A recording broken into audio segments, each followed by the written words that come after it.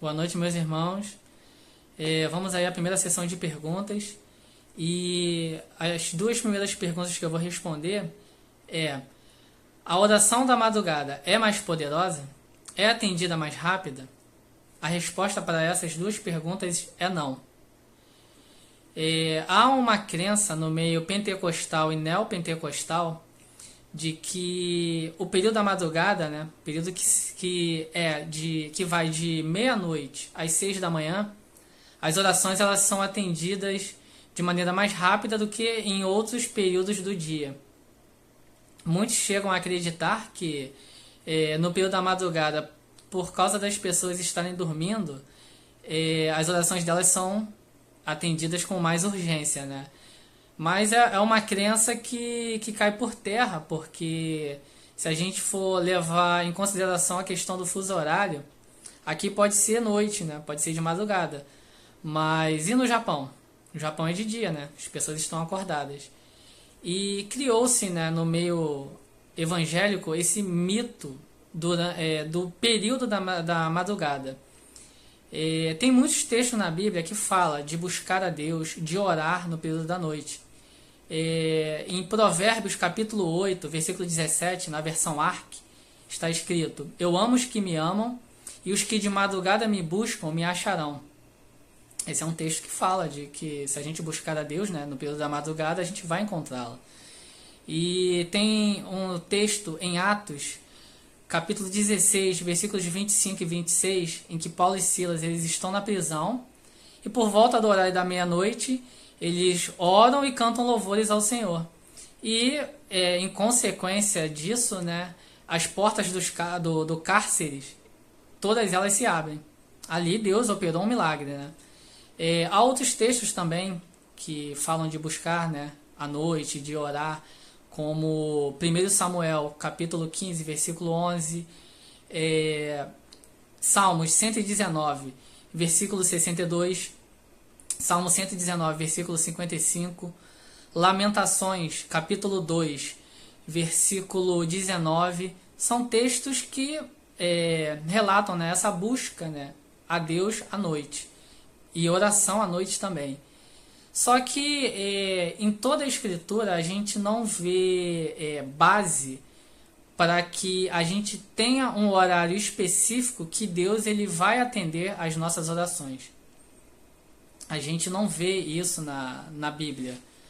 Por mais que tenha na Bíblia passagens que falam, né, de buscar a Deus no período da noite, né, de orar no período da noite, não há embasamento que a gente possa afirmar de que em determinado horário Deus ele vai atender esses pedidos. E há uma passagem em 1 Tessalonicenses capítulo 5, versículo 17, né, que Paulo é imperativo, né, orai sem cessar. Ou seja, né, tem que ser uma coisa constante, né, incessantemente, né, sem cessar.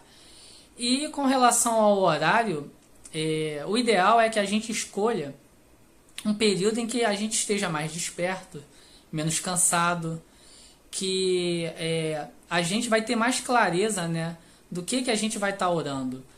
E alguns escolhem o período da manhã, outros o período da tarde e o período da madrugada. Não há nada de mal orar no período da madrugada, né? Você às vezes se privar do seu sono para dedicar um tempo ao Senhor.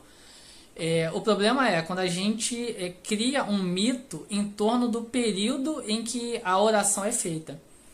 E não há poder nenhum na oração e no período em que ela é feita. O poder está em Deus. Então, assim, Deus é que opera poderosamente quando a gente ora. E o foco da nossa oração é a gente ter mais comunhão com Deus, né? Buscar mais a Ele, né? Ter mais intimidade, né? Se achegar a Ele humildemente. Esse é o propósito, né, da oração, né? Ter comunhão com o Pai.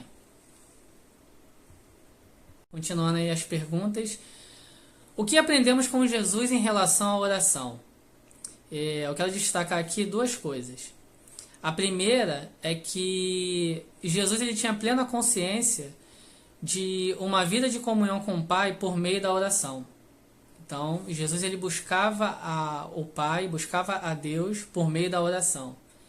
E segundo, que Jesus ele tinha a ciência, né? Ele entendia que a comunhão com o Pai, ela precede o exercício do ministério.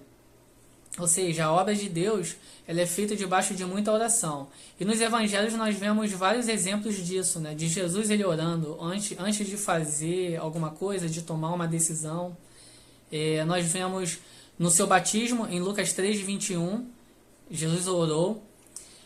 Nós vemos também que ele orou durante uma noite inteira antes de escolher os 12. Isso está em Lucas 6, capítulo 6, versículo 12. Nós vemos isso também na ressurreição de Lázaro, em João, capítulo 11, versos 41 e 42. E no Getsemane também. Lá no mesmo Evangelho de Marcos, no capítulo 14, nos versos de 32 a 39. Então, isso daí é o que eu posso tirar, né, com relação, né, à oração. Primeiro, que a comunhão com Deus, né, isso é importante, por meio da oração. E segundo, que a obra de Deus ela é feita debaixo de oração. Então, quando a gente vai fazer alguma coisa para Deus, nós temos que orar. E Jesus dava muita importância a isso, e nós também devemos dar.